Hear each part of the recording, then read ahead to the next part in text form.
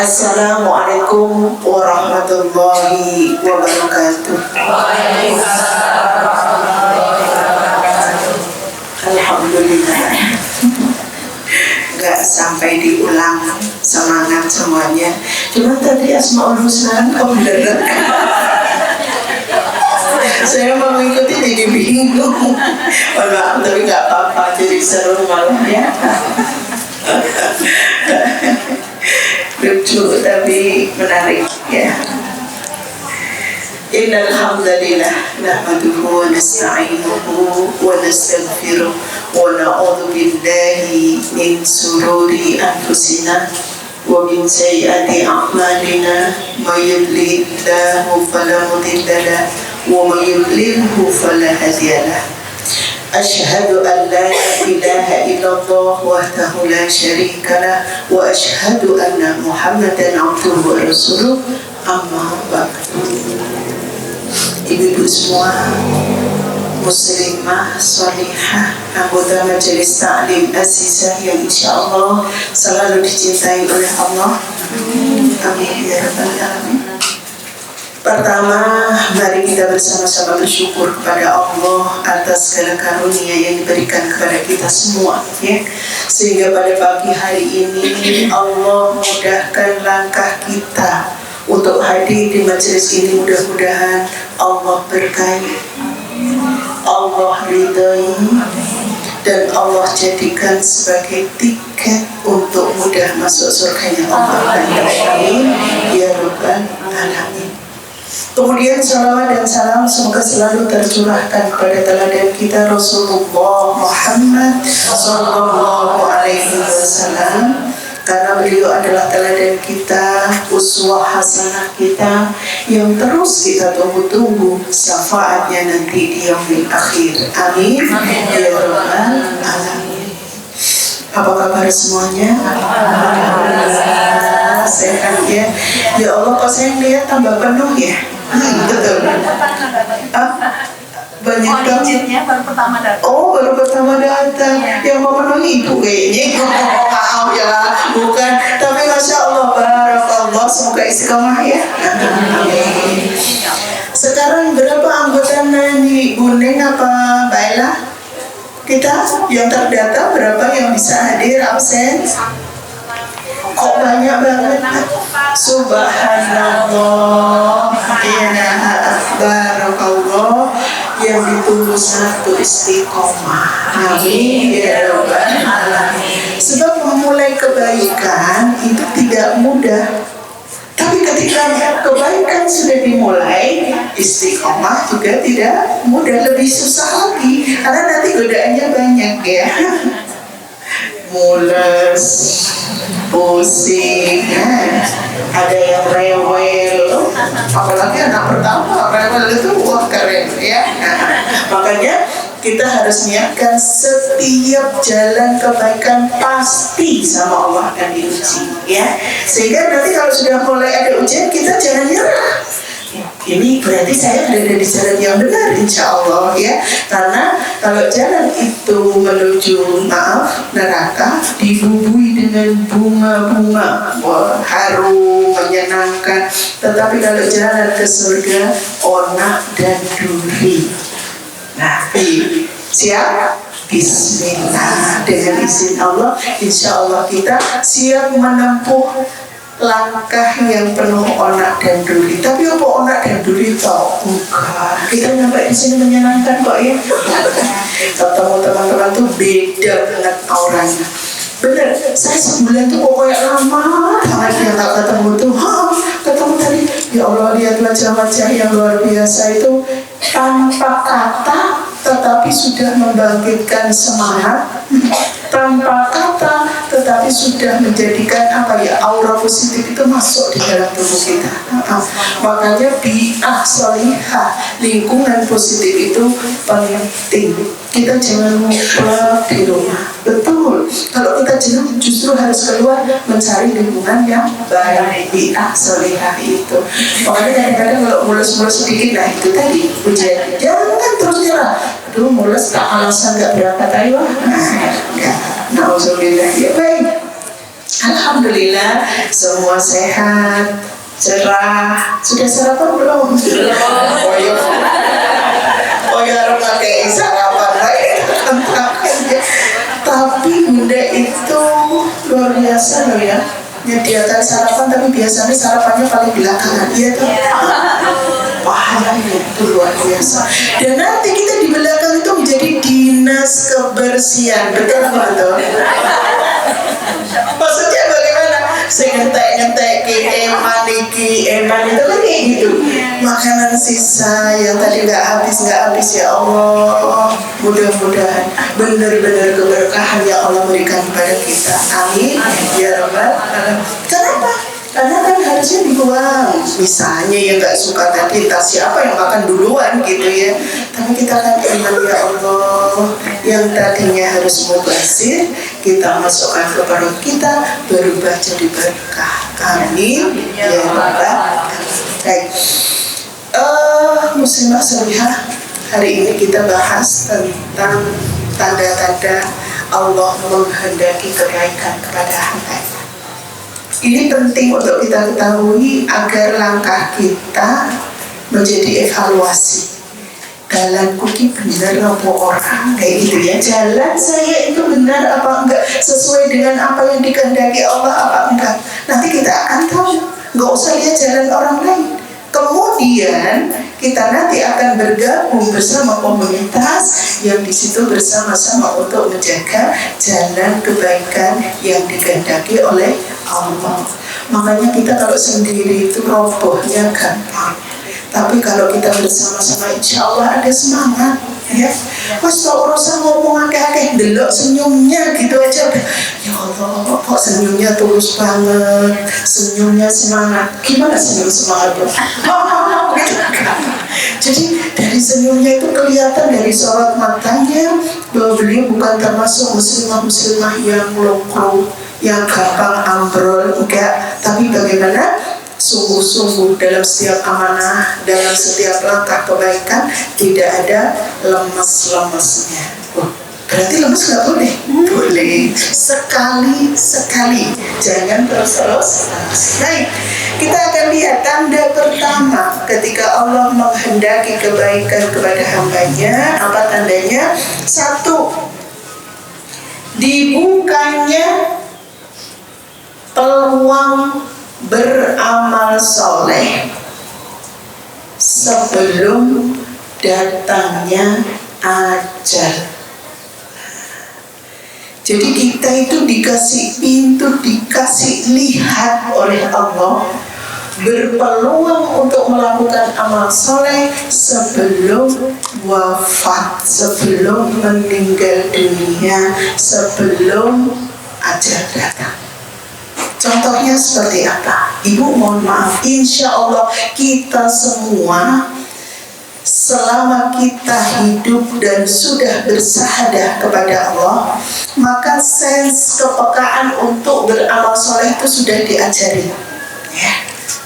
Paling mudah amal soleh yang pahalanya luar biasa, menyingkirkan duri di jalan. Lihat ada sesuatu yang nanti akan mengganggu orang yang jalan, itu aja kita udah gelisah. Bagaimana caranya agar dipinggirin? Karena apa? Kalau kita cuma mikir kita sendiri, kan aku bisa menghindari duri itu. Tapi buat orang lain yang sedang keburu-buru, yang sedang dia tidak punya penglihatan yang cukup bagus, sehingga kena celaka gara-gara duri di jalan. Artinya apa di situ? Kita diajarkan untuk tidak egois. Ya Allah, 1. Yang kedua diajarkan untuk peduli. Ya. 3. Diajarkan untuk, masya Allah, mikir juga sama orang lain gitu ya. Ya kalau orang lain nanti, kalau yang kena kita sendiri, keluarga kita sendiri, masya Allah, itu dari situ aja. Sehingga ibu-ibu mohon maaf ya, muslimah salihah mohon maaf. Di rumah kalau kita cuma ngurus perut kita pagi-pagi begini, maka kita nggak akan berdua, sarapan opoi, sakarmu kayak gitu ya. Tapi kita mikir ya Allah, suami kita mau kerja, anak kita mau sekolah, nanti kita sampai ini terus bagaimana mikir kita. Ya, mikir akhirnya apa? Bangun kita bukan lagi standar seperti orang-orang yang tidak punya kegiatan. Bangun kita akan kita lebih pagiin. Masya Allah, ibu-ibu itu 5 menit aja bangun subuh kelewat. Apa yang terjadi? Wah, waduh, Masya Allah, 5 menit tuh itu, ya. Belum kalau 10 menit, belum kalau setengah jam. Luar biasa. Artinya di situ kita tidak akan sama waktu bangun kita seperti kebanyakan orang atau rata-rata orang. Harus ada lebihnya, harus ada lebih awal. Bahkan kita, Masya Allah, dimulai dari tahajud, ya. Kemudian tahajud itu kadang nggak khusyuk juga, terus duduk banyu turun. Kira-kira nek ono daging nang kulkas wis direndam porong kayak gitu. Sehingga apa? Sela-sela 2 rakaat yang kita kerjakan sih buka kulkas sih, ya. Ngerendam apa yang perlu direndam, menyiapkan apa kalau nanti digoreng pagi biar tidak terlalu dingin dan lain sebagainya. Masya Allah, ibu. Tapi ketahuilah, itu semua adalah peluang amal soleh yang diberikan oleh Allah kepada kita. Jangan pernah menilai diri, daerah aku kok ya reneng sing rendem, daerah aku ya reneng sing nyiapin. Tidak kemudian memunculkan ujub di dalam diri kita, tetapi inilah kebaikan Allah yang diberikan kepada kita, membuka hati kita, membuka pikiran kita untuk menyediakan dari awal biar nanti tidak ketandapan. Betul apa leres? Sehingga ibu mohon maaf, peluang amal soleh yang Allah berikan kepada kita jangan membuat kita ngedumel. Ada yang gembremeng, orang melotek muni, ya hati-hati pegang. Kok ya harus sholat kusuk, kok ya raiso. Kudu dadak kudu banyu, kudu dadak nyemplung beras, kudu apa ya Allah. Hati-hati. Ini peluang perangkap setan saat Allah memberikan peluang kebaikan amal soleh kepada kita. Setan tuh udah segala penjurunya goda. Kapan peluang mana saya bisa masuk agar goda, dan kemudian apa yang dikerjakan oleh muslimah salihah, rusak amalnya. Halo, pernah merasakan? Kadang ada gejolak, aduh, sholat keadaan, terus kemudian bagaimana, aduh, Masya Allah. Tapi begitu kita sudah mengerjakan peluang amal soleh, mulai dari tahajud, ya, pasangan kita mungkin sedang mendengkur, mungkin, ya, atau sudah kita bangun sebentar, tapi mikir, malah bangun, malah hebat. Orang usah dibuka ini juga. Ini bagian pernik-pernik yang kita harus perhatikan. Ketika Allah sudah kasih peluang kita untuk beramal soleh, jaga, justru sempurnakan dengan kita menjaga, ya Allah, perangkat-perangkat yang nanti justru akan membuat kita tidak khusyuk atau tidak optimal dalam melakukan amal soleh ditambah. Ya, kalau kita berdua dengan pasangan, hasil dari membangunkan kita, maka kita dapat royalti pahalanya. Rewelnya beliau jadi peluang amal soleh buat kita. Kan? Jadi mau bangunkan, jadi tidak pakai ngeresulo, tidak pakai mikir yang macam-macam, karena itu justru menjadi peluang pahala yang berlipat. Kita sendiri sholat dapat pahala, beliau yang kita bangunkan, proses membangunkannya ada pahala amal soleh. Begitu juga ketika beliau sudah bangun sholat, amal solehnya, pahalanya kita juga dapat tanpa mengurangi pahala kita. Mau? Kalau nggak ngantuk ya Bu, kalau nggak keburu, kalau nggak ini, logikanya jangan begitu. Kita mungkin dengan membangunkan ada rakaat yang kita tinggalkan, karena proses membangunkan kan tidak mudah. Ada yang gampang ya, begitu dibangunkan langsung bangun. Ada yang molor sampai berkali-kali, sampai kita harus, itu proses semuanya peluang amal soleh. Makanya Ibu perhatikan, Allah kasih peluang kita, kok kita mudah untuk bangun malam. berarti ada perangkat di situ. Kita harus jamil yang lain. Siapa di situ yang ada? Suami kita, anak kita, dan semuanya yang ada di situ. Ayo kita ajak untuk melakukan amal soleh agar ini bagian dari yang Allah tunjukkan bahwa nanti kamu tuh nek mau masuk surga, sementara kamu masuk surga, luar kamu enggak nangis. Ya Allah, kok suamiku di neraka? Ya Allah, kok anakku ada yang di neraka? Tahu gitu dulu sudah lewat. Maka ketika ada peluang, ajak yang lain, bahkan teman-teman kita ketika kita berada di luar. Maaf, kita miskol teman untuk tahajud jangan melulu dinilai. Halo, apa kira-kira nilainya? Bentuk buka bedroom, kita bangun. Ada yang punya perasaan begitu? Buang itu, ya. Karena kita nggak bisa menghukumi apa yang ada di hati manusia. Itu hak mutlak Allah yang di dalam hati itu nilainya, yang menilai adalah Allah. Kita yang kita nilai yang di luar, dan kita nggak boleh suudzon. Terus harus positive thinking. Masya Allah, dia udah bangun ya, jam 2 udah bangunin kita. Masya Allah, ya. Jangan terus kemudian punya balas ininya tuh sudah miring gitu ya. Kayaknya sok-sokan. Ya Allah, astagfirullahaladzim ya. Semoga kita jauhkan. Jadi kita membangunkan teman, bismillah juga buat yang bangunin. Mohon maaf, jangan sampai kita cuma bangunin habis itu tidur lagi. Hanya pasangan alarm, terus kemudian ini namanya apa tuh? Apa ya? Tahu pencitraan aja, wah biar dikarang. Ya kita nggak boleh juga begitu ya. Sehingga kita menjadi ujian buat yang bangunin harus jadi contoh. Tetapi ingat, kita beramal kalau karena manusia. Jadi kita bukan hanya aku bagi contoh, bukan begitu. Tetap karena Allah, bukan karena yang lain. Ya Allah, saya sudah bangunin temanku, mosok aku yogi turune apa kesel kayak gitu. Ya Allah, saya sudah ngajak, mosok yo mengrong rakaat.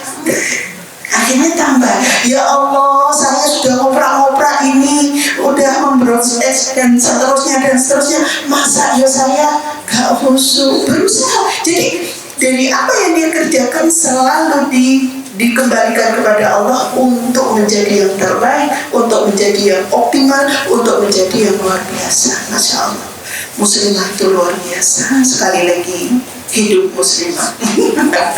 Ya, sehingga kita jangan sampai yang kita keluarkan adalah sesuatu yang negatif, tetapi yang kita keluarkan adalah sesuatu yang positif. Semua apa yang di depan kita, ambil bahwa itu adalah peluang amal soleh, bentuk dari cintanya Allah kepada kita.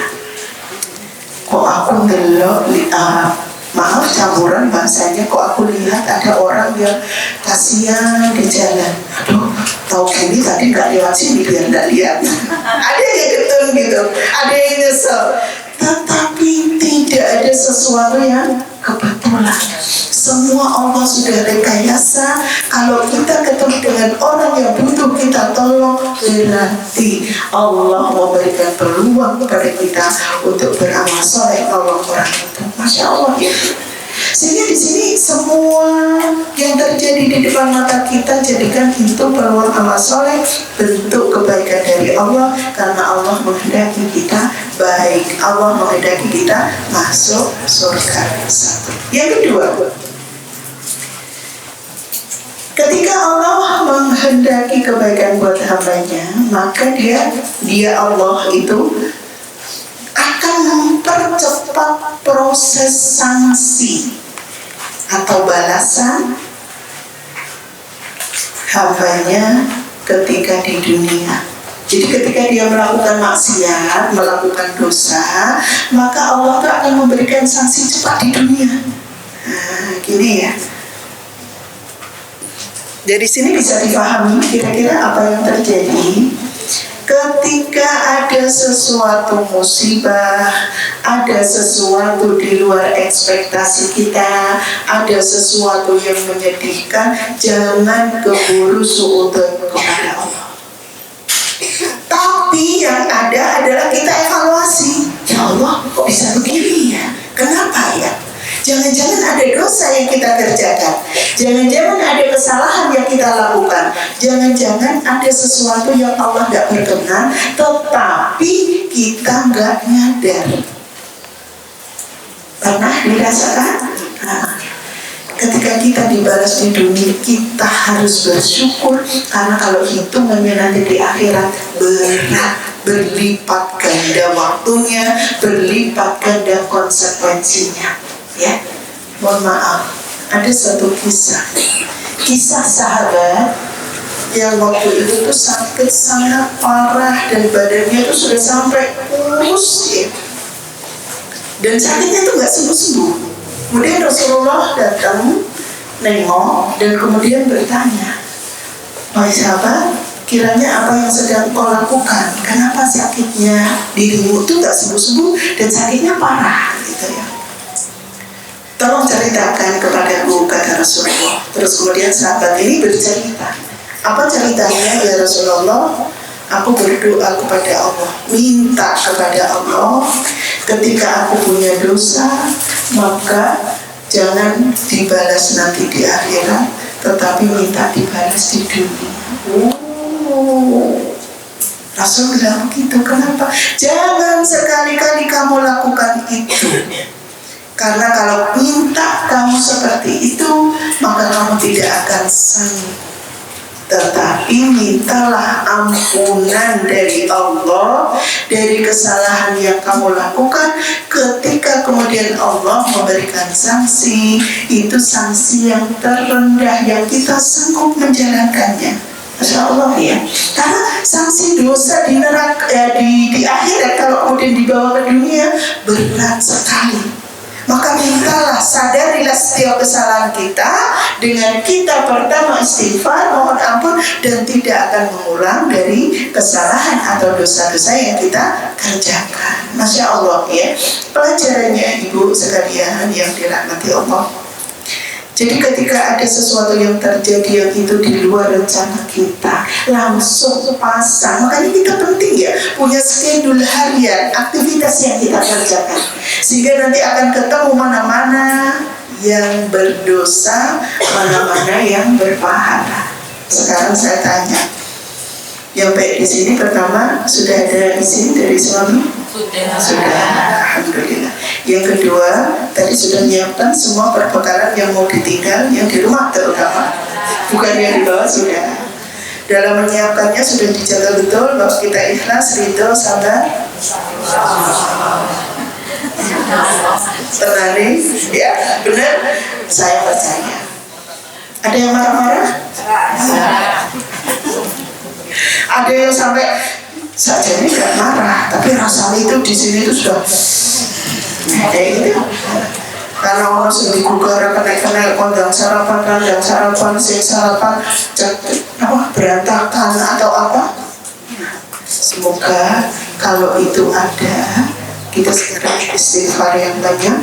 Semoga dimaafkan dan tidak akan pernah terjadi sesuatu yang kemudian diberikan kepada kita, karena istighfar kita sudah mewakili dari dosa-dosa yang kita kerjakan tadi. Kalau sempat dengan marah, sempat dengan mencucut, sempat dengan dada yang sesak, sempat dengan pikiran atau kepala yang nyut-nyutnya karena setiap anu dan lain sebagainya, semoga bisa dilepaskan. Tetapi jika kemudian Allah menegur dengan sesuatu, jangan keburu suudzon. Itu bentuk kasih sayang Allah. Nanti kita itu tidak mau, Allah itu tidak mau kita itu nanti di sana kesakitan luar biasa.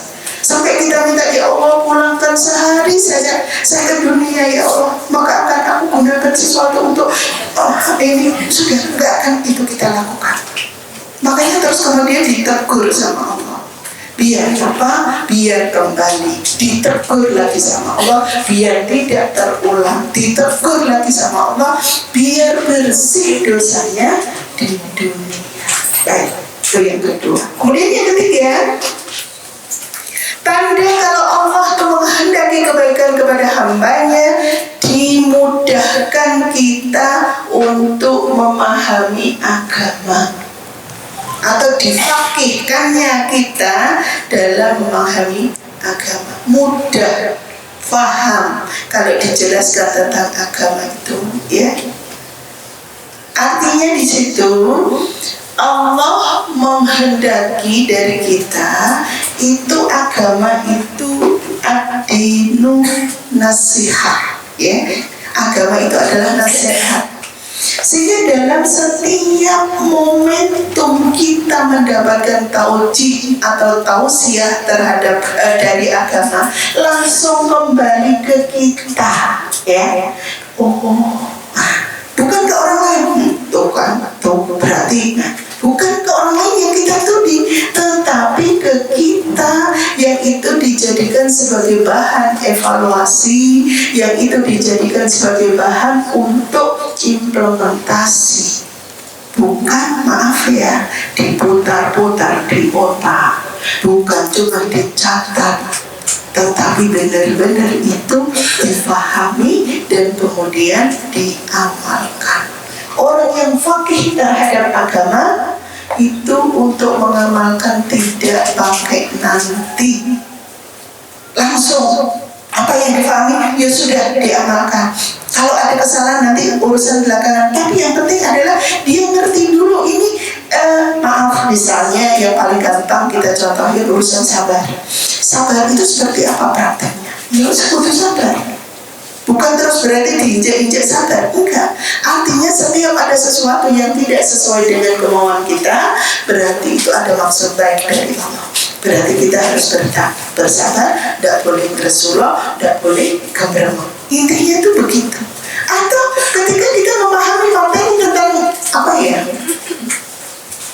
Apa yang mudah kita pahami kalau kita buat ibu-ibu? Udah dasar apa gitu ya, tentang ikhlas misalnya. Ikhlas itu konsepnya, ketika kita ngasih sesuatu, orang yang kita kasih tidak apresiasi, gak sakit hati. Tetapi prakteknya ya gitu ya. Udah kita rempong-rempong bawakan oleh-oleh, terus kemudian oleh-olehnya dipegang dengan tangan sebelah kiri, terus pakai melengos, kok ya sakit hati. Kayak gitu. Berarti ikhlas belum. Kita berproses, harus belajar lagi tentang ikhlas. Tetapi kalau kemudian kita sudah belajar ikhlas dan ternyata kita ngasih sesuatu, tidak ada pengaruh orang itu bilang terima kasih atau enggak kepada kita, tetap lempeng karena Allah, insya Allah kita nilai ikhlasnya A+. Tetapi belum cukup sampai di situ, karena ikhlas ini akan diuji lagi ketika waktu sudah lewat. Bukankah ikhlas ada 3 tempat? Sebelum melakukan, saat melakukan, dan setelah melakukan amal. Maka ini semuanya akan diuji. Berangkatnya udah kita niatkan karena Allah, saat melakukannya udah, walaupun dia melengos juga kita gak sakit hati. Tetapi setelahnya, kok ngomong sebolak balik nyebut, kita kok gak disebut, sakit hati enggak? Aduh, kok kering juga nih aku tidak menyampaikan kalau aku sudah pernah melakukan. Berarti ini juga bagian dari yang bagaimana faqihu ala-din, faqih terhadap agama itu butuh kita pelajari lagi. Proses yang ketiga butuh kesungguhan dari kita, keistiqomahan dari kita, terutama bagaimana agar kita tetap konsisten menjaga lempengnya amal kita. Tidak usah kita sebut-sebut pun, tetap tenang hati kita. Udah lempeng karena Allah, cukup Allah saja yang memberi penghargaan kepada kita. Ibu, bisakah kita terjaga dari itu semua? Kita tidak pernah mungkin di hadapan suami, di hadapan anak, aku sedih, kerjaan dalam TNI, toko-toko. Coba anaknya bilang siapa suruh coba tahu nggak ibu? Wes, aduh hati-hati ini bu ya. Anak kita nggak penting untuk kita kasih tahu sederet aktivitas kita yang ini nanti akan ngerontokin pahala-pahala yang sama Allah tuh sudah disiapkan buat kita. Juga kita nggak perlu jelasin apa-apa karena kadang-kadang ini loh setan tuh jebak-jebak gitu loh. Jadi jerempet dikit nanti wah biasanya ibu tuh kalau sudah cerita begitu rentetannya panjang. Asalnya nggak buka sih, dulu, hati-hati, ya. Makanya, masya Allah, fakih terhadap agama itu memahami mulai dari ilmunya, kandungannya, amalnya, dan nanti bagaimana agar kita bisa terjaga dari pahala-pahala yang menjadi amal soleh kita yang di depan yang sama Allah dikasih peluang tadi ya. Kita itu mudah melakukan amal soleh neng mergo orang fakih dalam urusan agama. Semua orang tahu aktivitas kita apa. Semua orang tahu. Udah ya, baik. Yang keempat,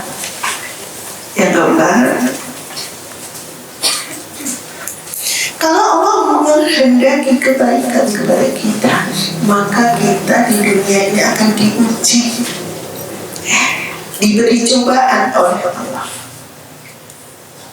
diberi cobaan oleh Allah.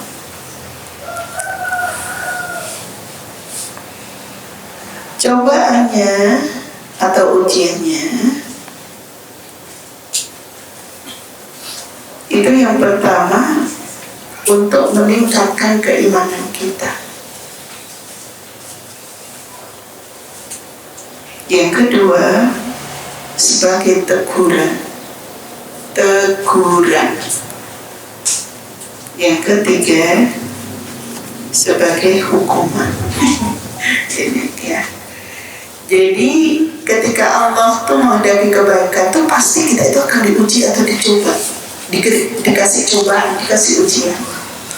Yang pertama ketika Allah kasih ujian kepada kita itu untuk meningkatkan keimanan kita. Grade-nya itu yang pertama itu ya. Sehingga ketika kita diuji oleh Allah kita harus yakin, ya Allah selama ini insya Allah saya muslimah sholihah dengan komunitas ini berusaha untuk menjadi baik di hadapan-Mu ya Allah. Jalan-jalan kebaikan insya Allah berusaha kami tempuh ya Allah. Tetapi kenapa Engkau hadapkan pada kondisi yang di luar ini saya? Ada ujian yang menurut saya sangat berat ya Allah. Berarti khusnudzan kepada Allah, maunya Allah mau ditingkatkan keimanannya. Orang yang mau naik kelas, mau naik tingkat, itu kan mesti lewat proses ujian. Kalau dia lulus maka dia akan naik tingkat, tetapi kalau dia tidak lulus maka dia akan ngendok. Maaf ya, bahasanya kok ngendok ya. Artinya tertinggal kelas, tidak akan bisa naik kelas. Makanya kalau ujiannya berulang-ulang, remedi, ya tahu, berarti belum lulus. Ojo ya Allah, kemarin udah uji kayak gini, ini datang lagi, sama ini datang lagi, tahu diri lah kita, gitu ya. Berarti ada sesuatu yang membuat kita nggak lulus sehingga Allah akan uplok-uplok diuji di situ terus. Agar apa? Keimanan kita naik. Halo, ini berarti baik apa tidak diuji itu? Iya, Allah tuh gak mau kita itu maaf tadi ngendok terus, gak mau gitu ya. Pas kono levelnya munggah-munggah. Ya Allah, maaf ya kalau dibahasakan level jangan dinilai negatif. Untuk keimanan juga ada level-level tertentu. Level-level paling tinggi adalah level Nabi dan Rasul, di mana beliau-beliaunya ujiannya paling dahsyat, paling berat, luar biasa. Ya, baik, itu yang pertama. Maksud Allah ketika kasih ujian yang kedua adalah sebagai teguran. Maaf, kita kudunya jalannya lurus belok kiri. Nah, sama Allah dikeplak-plok, balik, ya kayak gitu maksudnya. Agar kita kembali ke jalan yang lurus. Tapi kadang-kadang kan kita sakit dulu, iya apa betul? Ya Allah, kok anu banget? Waduh, ini namanya orang dikaplok kan sakit. Mau dikaplok? Enggak, gitu ya. Enggak, maksudnya teguran Allah. Jadi ketika ada sesuatu yang terjadi, bisa jadi tanpa kita sadari kita melakukan kesalahan. Nah, makanya terus sama Allah ditegur. Ben orang tuh kalau jalan miring ya, itu kan kalau jaraknya pendek, nggak terlalu kelihatan. Tapi kalau sudah jarak jauh, wah, jauh sekali dari jalan yang sesungguhnya, maka ini nanti untuk dikembalikan berat. Maka begitu ditegur sama Allah, langsunglah kita evaluasi, ya Allah, kesalahan apa rupanya yang sudah saya kerjakan sehingga harus saya benahi, sehingga saya nggak ditegur lagi sama Allah. Kayak gitu ya. Jadi ini benar-benar ya, kecerdasan kita diasah biar kita tahu orang yang nyalah ke wong ya. Banyak yang jadi kambing kita, nggak mau mengakui kesalahan kita, yang disalahin nggak suaminya, nggak temannya, nggak anak-anaknya, siapanya. Masya Allah. Baik, itu yang kedua. Kemudian yang ketiga, ujian Allah itu diberikan karena kalau hukuman itu kira-kira diberikan kepada siapa? Orang yang bandel. Wes dikeplak, orang ngerti kesalahan itu, atau tahu tapi biarin aja, kan cuma dikit. Biarin aja, kan cuma sekali. Hati-hati. Sampai bingung mau ngomong, jangan sampai Allah memberikan hukuman kepada kita. Karena kalau sudah dalam bentuk hukuman, berarti kesalahan, dosa yang kita kerjakan sudah berulang kali. Masya Allah. Makanya terus kita disebut apa kalau sudah seperti itu? Bahasa Jawa tuh dablek ya. Tahu dablek? Maaf ya, jangan tersinggung ya. Tidak boleh baper dulu. Dablek itu, ya Allah iya. Kemarin udah, ini aku lagi, diulang lagi, ini lagi, diulang lagi. Akhirnya dihukum. Halo, mau dihukum? Oke. Maka ketika ada teguran, segera evaluasi, jangan cari kambing hitam, langsung ke sini. Ya Allah, makanya kita butuh Ibu. Sehari itu ada waktu untuk kita merenung. Sehari apa yang sudah kita kerjakan. Seminggu juga begitu. Ada waktu sehari untuk kita merenung. Seminggu ini saya ngerjakan apa aja. Sehingga di situ nanti akan ketemu amal soleh yang mana, amal salah yang mana. Amal soleh kita pertahankan, amal salah kita tinggalkan.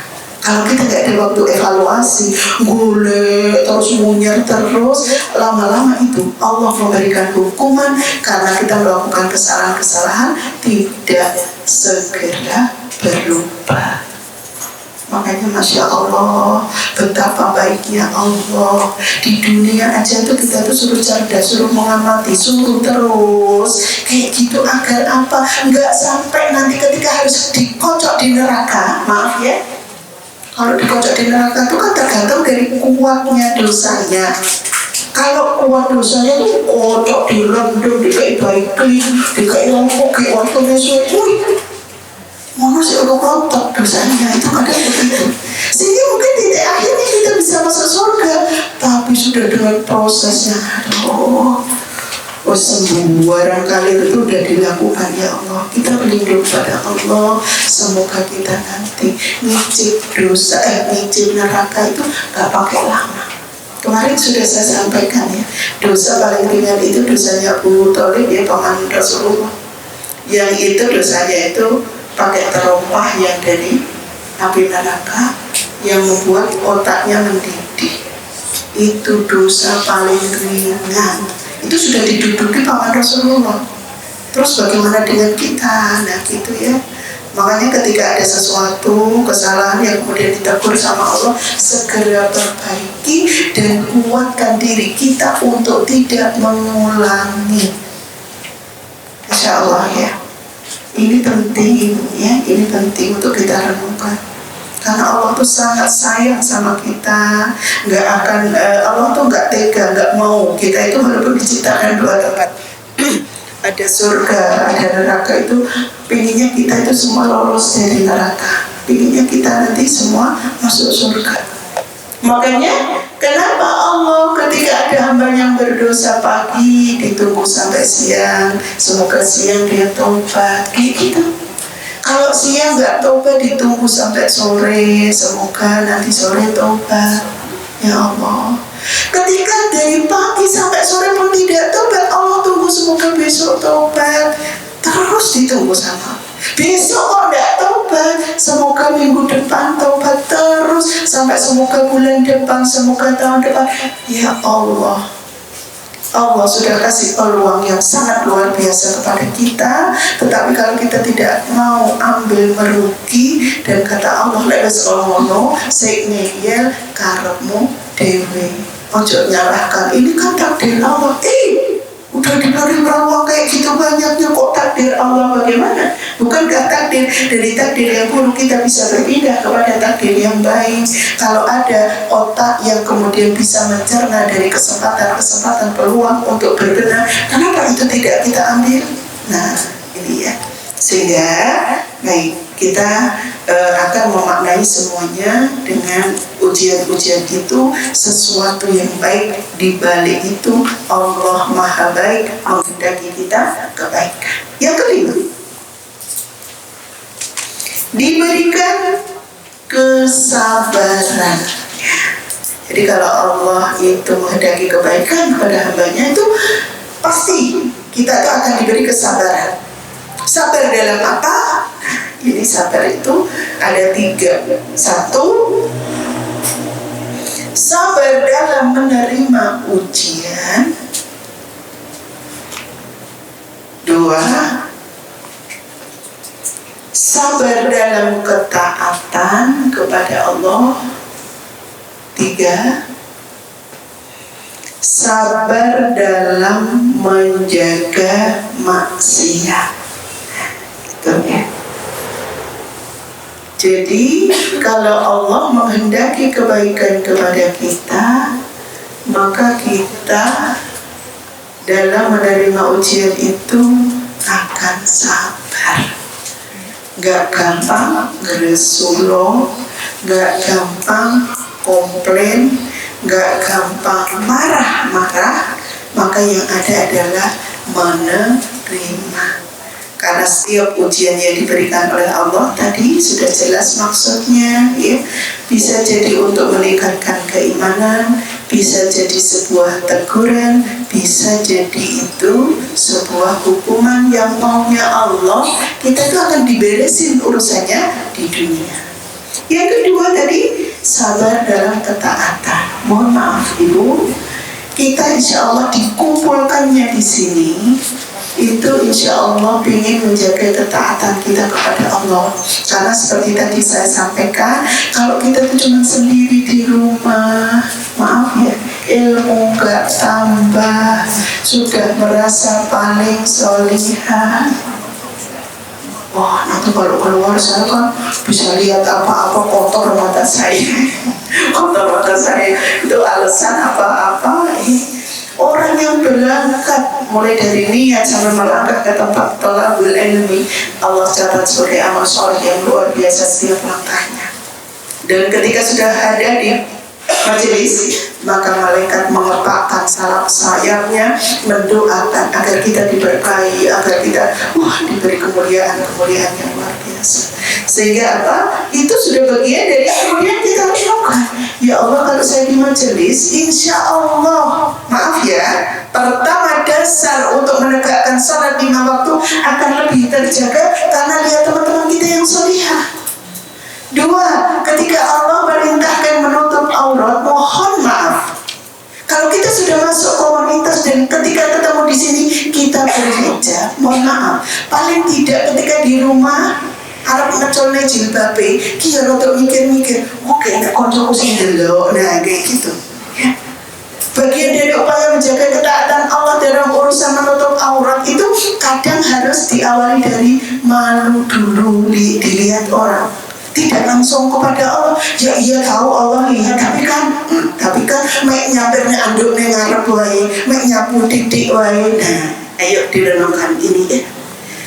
Kita diperintahkan menutup aurat itu kapan saja, di mana saja, selama itu ada yang bukan muhrim harus ditutup. Nah, itu dasarnya. Sehingga untuk menjaga itu, Masya Allah, itu perjuangan, Bu.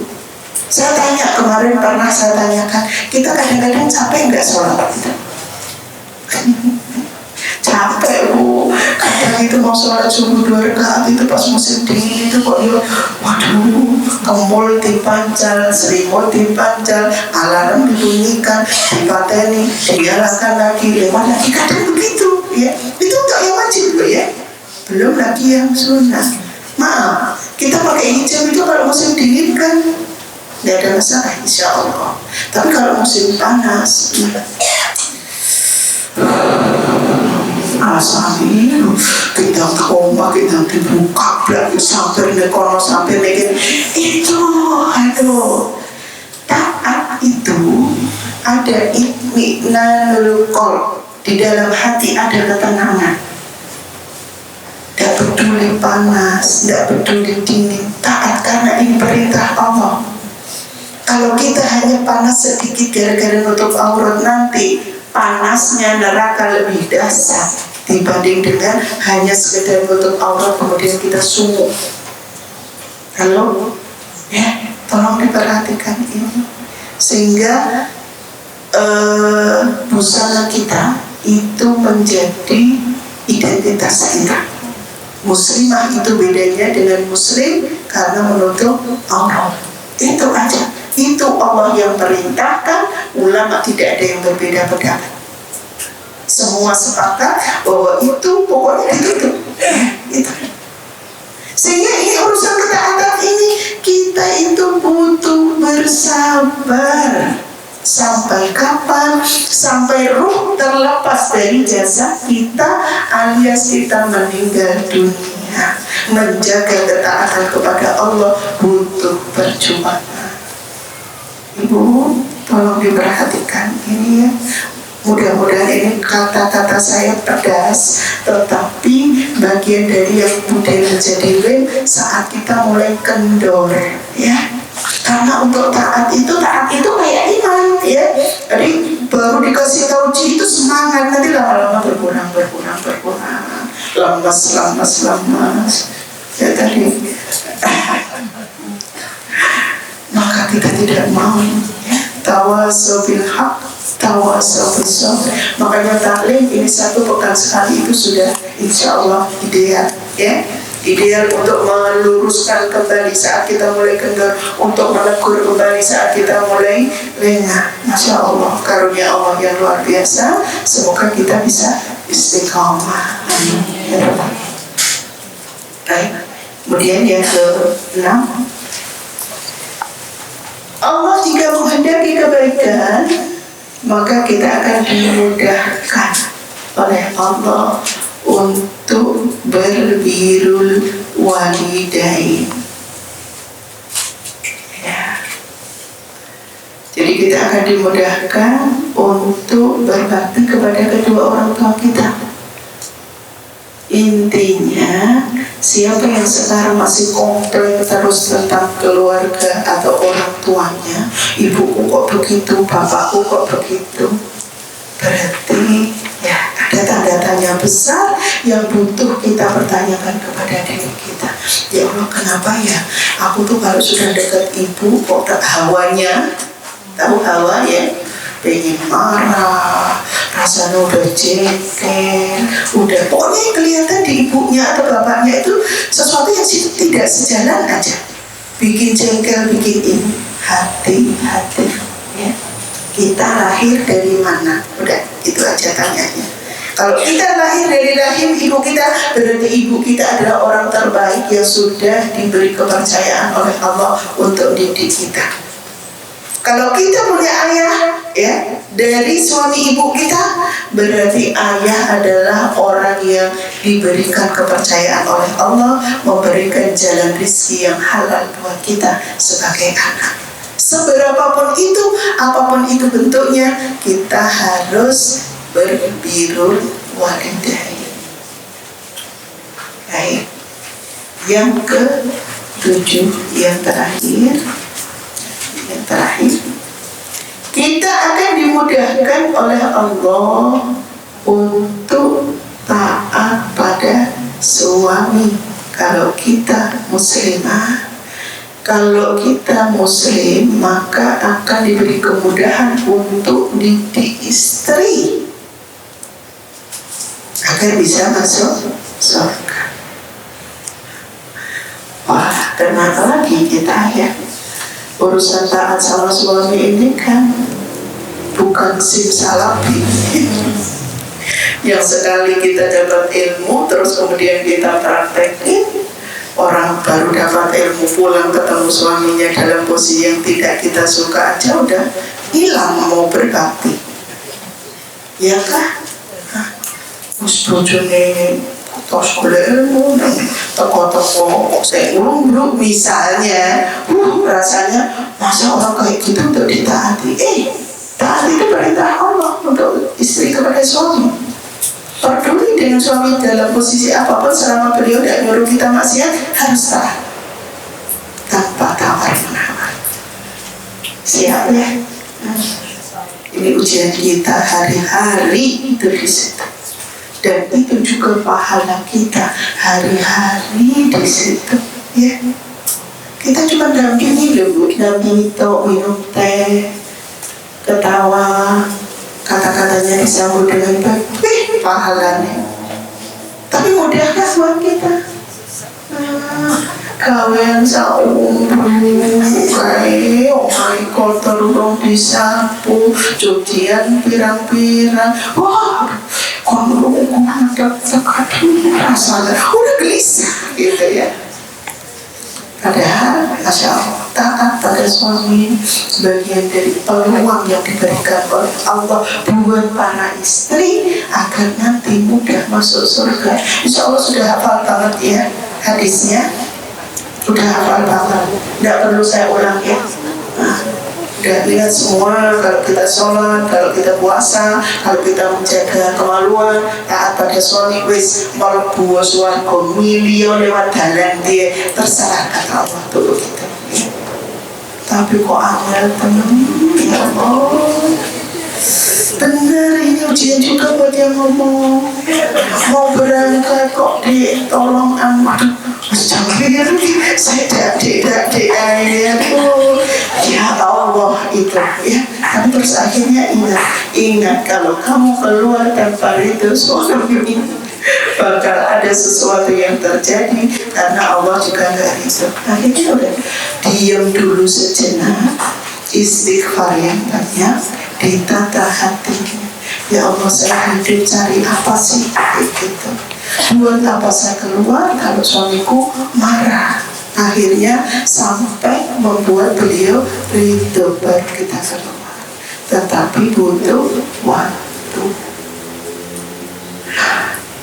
Ambilkan yang panjang ya. Karena ujian kita di situ, kita semua para istri itu begitu ujiannya. Tapi saya yakin ada yang sudah yang kadang-kadang dihadapkan pada suami yang memang luar biasa. Suaminya udah wis terserah deh, saono nih, iya, ada yang begitu, ada, Masya Allah, tabarakallah, yang punya suami begitu tuh karunia yang luar biasa. Tetapi jangan diartikan kalau suami rewel itu jelek, jangan, justru demi kebaikan kita, ya. Rewelnya itu latihan kita untuk kreatif, latihan kita untuk ikhlas, latihan kita untuk sabar, itu di situ, ya. Sehingga selalu tadi peluang amal soleh kita tangkap, ya Allah.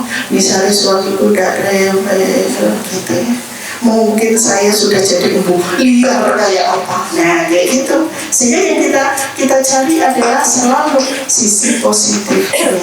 Ilmu yang kita dapatkan bermanfaat itu kalau kita selalu ambil segala sesuatunya dari sisi positif, bukan dari sisi negatif.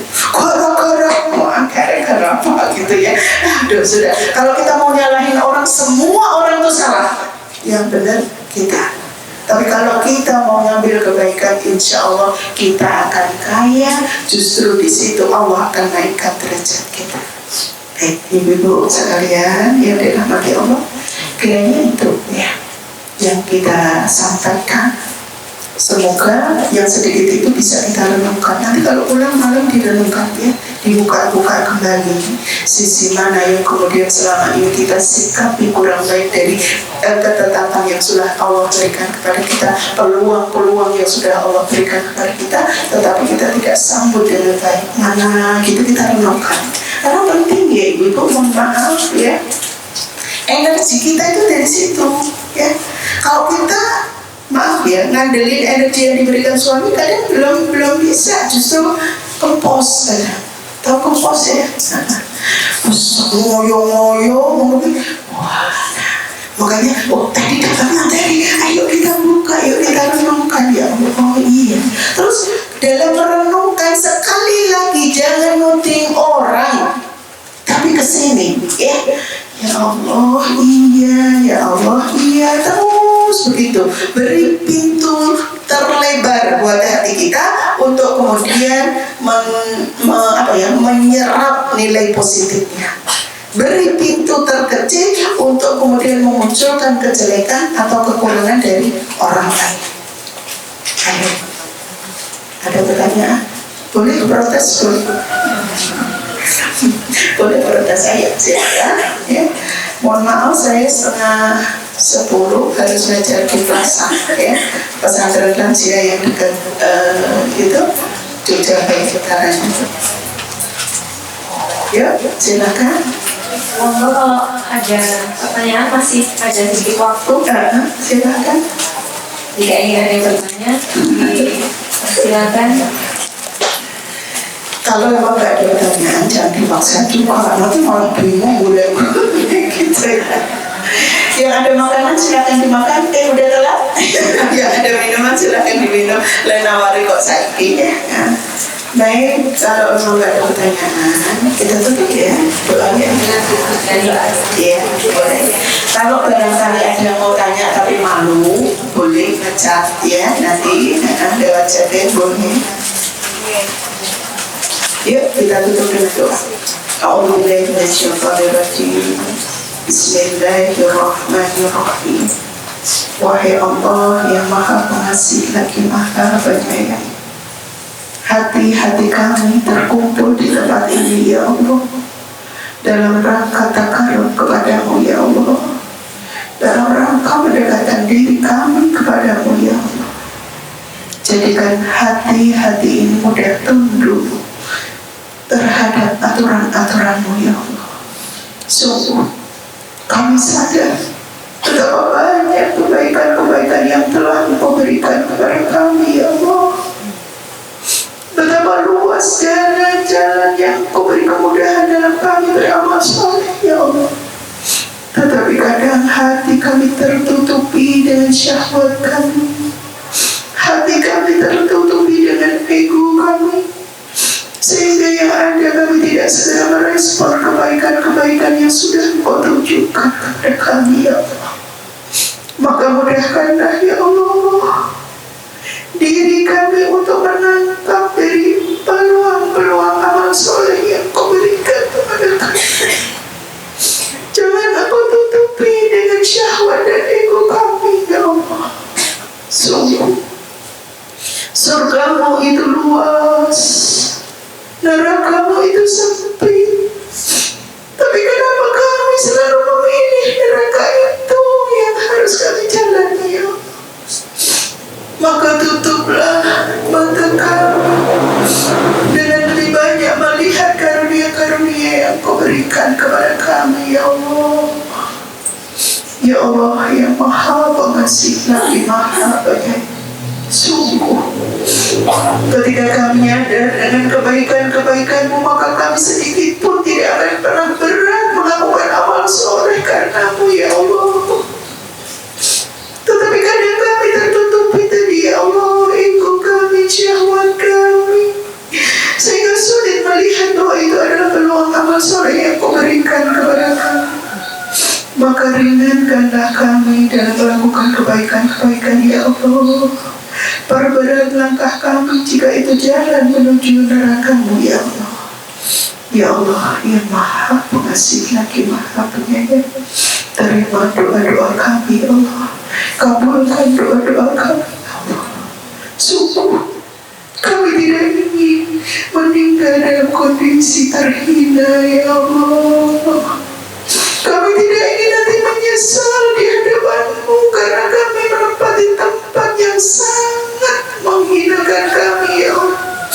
Maka sekali lagi mohon kepada-Mu ya Allah, kumpulkan kami bersama saudara-saudara kami yang punya tujuan ingin baik di mata Engkau ya Allah, yang punya tujuan untuk tetap taat kepada Engkau ya Allah, yang punya tujuan untuk jauh dari dosa-dosa Engkau ya Allah.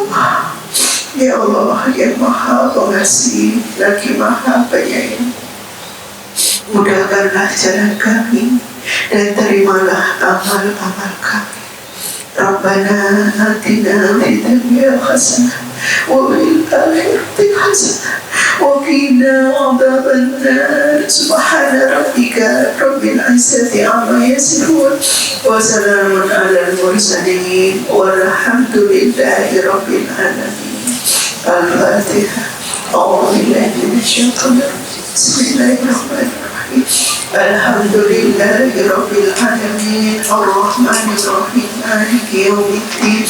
Iyyaka na'budu wa iyyaka nasta'in. Ihdinas siratal mustaqim. Siratal ladzina an'amta 'alaihim ghairil maghdubi 'alaihim waladdallin.